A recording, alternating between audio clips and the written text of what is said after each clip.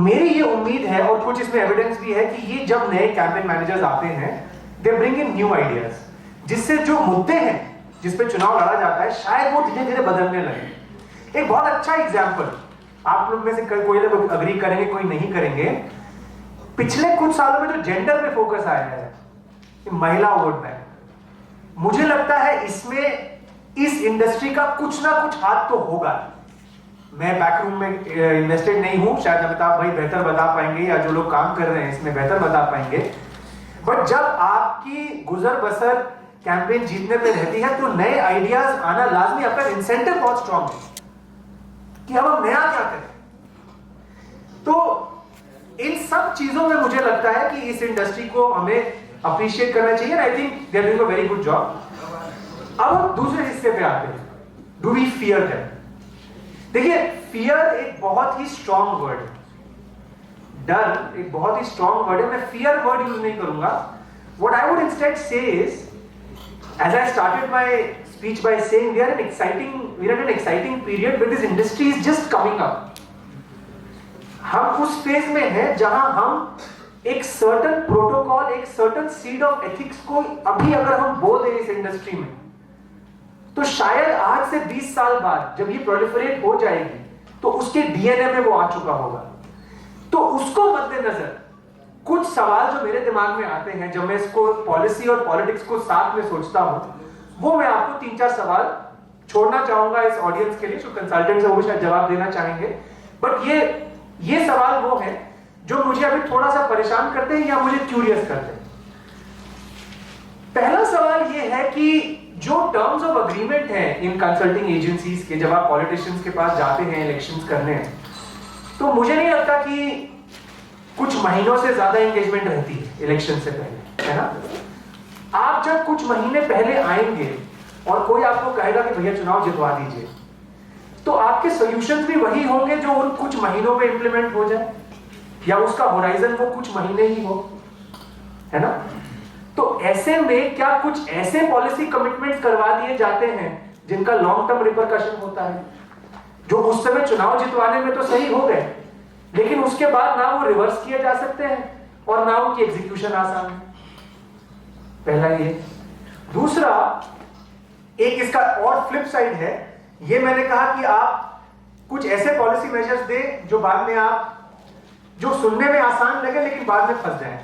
दूसरा हो सकता है उल्टा, कि आप इतना अग्रेसिव पॉलिसी एजेंडा बना दें कि पॉलिटिशियन ने प्रॉमिस तो कर दिया हो इलेक्शन से पहले और वो जीत भी गए चुनाव, और उसके बाद आप चले गए अगले राज्य में अगली पार्टी के पास, लेकिन अब वो पॉलिटिशियन और वो वोटर के बीच में वो जो कम्युनिकेशन है वो कैसा रहेगा? इसमें लूजर कौन है? अगर वो पार्टी उसको एग्जीक्यूट ना कर पाए इन द लॉन्ग रन अगले 5 साल में, तो वो वोटर तो 5 साल के ठगा माना जाएगा। मैं ये नहीं कह रहा इसमें एजेंसीज की गलती है, मैं बस इस मॉडल की आपको कुछ प्रोज एंड कॉन्स, मतलब जो मुझे समझ में आते हैं वो बताने की कोशिश कर रहा हूं। ये हो गया दूसरा। अब एक और सवाल जो मेरे दिमाग में आता है, when these agencies deliver their services, what are they doing in terms of impacting the quality of our politicians? देखिए, अब इसमें एक पॉजिटिव साइड क्या है। मैं एक टेक्नोक्रेटिक पॉलिटिशियन हूं, मुझे बोलना अच्छा नहीं आता, मेरी सोशल मीडिया गेम बहुत वीक है, पर कल को अगर मैं पॉलिसी स्फीयर में आ गया, एमएलए चुन के, मैं बहुत अच्छा काम करूंगा। तो ऐसे में मैं जब एक एजेंसी का हेल्प लेता हूं तो वो एक्चुअली ना केवल मुझे मदद कर रहा है, वो शायद मेरे वोटर्स को भी मदद कर रहा है, वो लार्जर पॉलिसी स्फीयर को मदद कर रहा है। लेकिन अब इसका एक फ्लिप साइड है। कल यशवंत भाई ने बोला कि एक कॉमन डिनोमिनेशन है कि इंटरपर्सनल रिलेशन जिस नेता का अच्छा होगा ना वो चुनाव जीत जाएगा। लेकिन अब ये तो वो काम कर रहे हैं कि भाई नेता बोलेगा कि यार मैं 5 साल में से 4-5 साल कुछ नहीं करूंगा, आके मैं एजेंसी लगा दूंगा, और वो कुछ स्पिन देकर मेरे को इलेक्शन जितवा देंगे।